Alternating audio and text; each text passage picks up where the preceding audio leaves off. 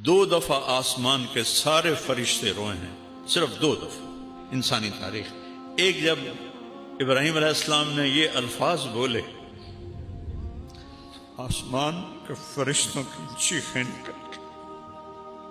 ان کو تو نہیں پتا کہ اگو اللہ کرنا کی ہے۔ اور دوسری دفعہ جب طائف میں میرے آپ کے نبی پر پتھر برسائے گئے اور آپ بے ہوش ہو کے گر گئے، وَلَسَوْفَ يُعْطِيكَ رَبُّكَ فَتَرْضَىٰ، اتنے پتھر پڑے کہ آپ بے ہوش ہو کے گر گئے۔ میں طائف اسپیشل گیا، وہ جگہ دیکھی جہاں آپ کو پتھر پڑے تھے، پھر وہ جگہ دیکھی جہاں آپ کو بے ہوشی کی حالت میں حضرت زید بن حارثہ نے لٹایا تھا، اور وہاں ترکوں نے مسجد بنا دی تھی جب ان کی حکومت تھی۔ تو اس وقت آسمان کے فرشتے روئے تھے سارے۔